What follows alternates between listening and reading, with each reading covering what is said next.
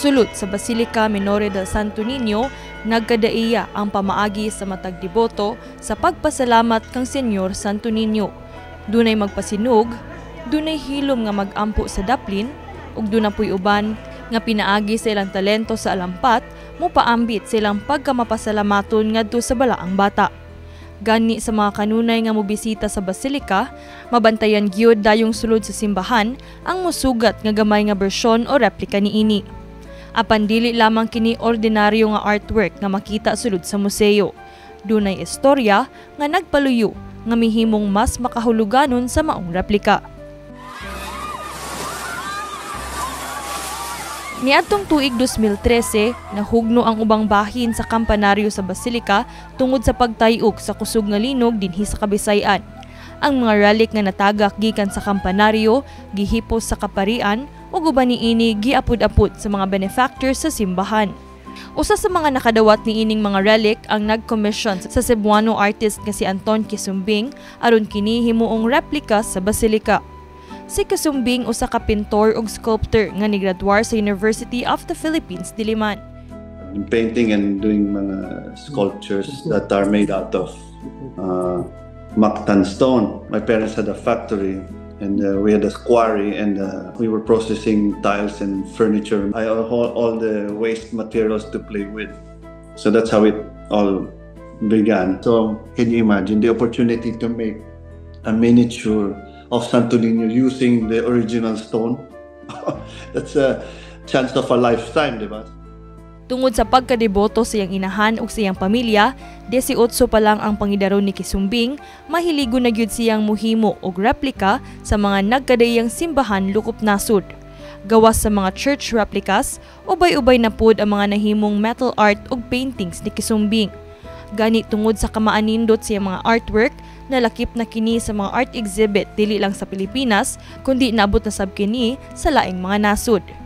Apan tunga-tunga sa kalampusan nga nasinati niya siyang kinabuhi, dunay dakong hagit nga nahiaguman ang 54 anyos nga si Quisumbing.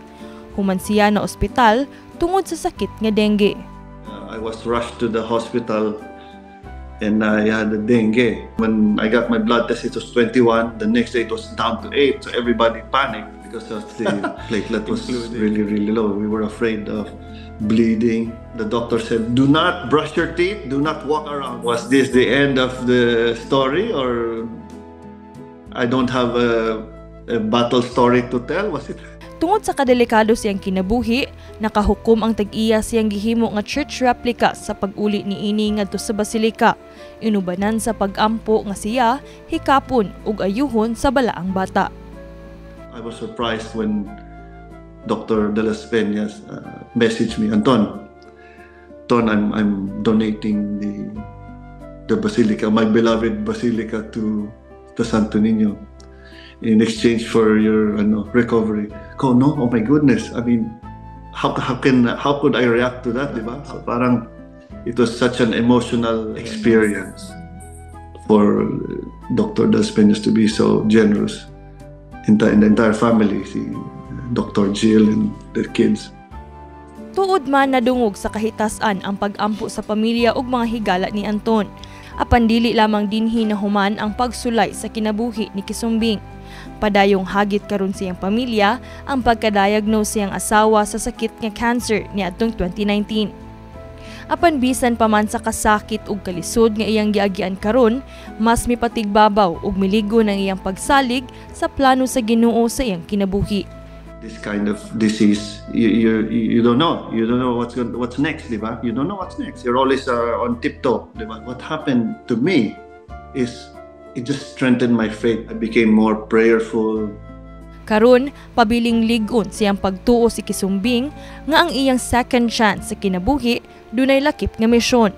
O kini mao ang pagdasig kanatong tanan nga magpabiling masaligon sa Ginoo ug ingon man padayong pagsangyaw sa kamaayo ni Senyor Santo Niño pinaagi sa talento gikan sa kahitasan. The challenge is life. So we have to find our way on how to get through that journey. In my case, art has been there and been my reliable outlet. When I'm in the saddest, art is there. When I'm in my happiest, art is there. When I'm in my most troubled, art is there to save me. When I'm in celebration, art is there. So I think in a way I'm blessed, and God has been with me for throughout the journey.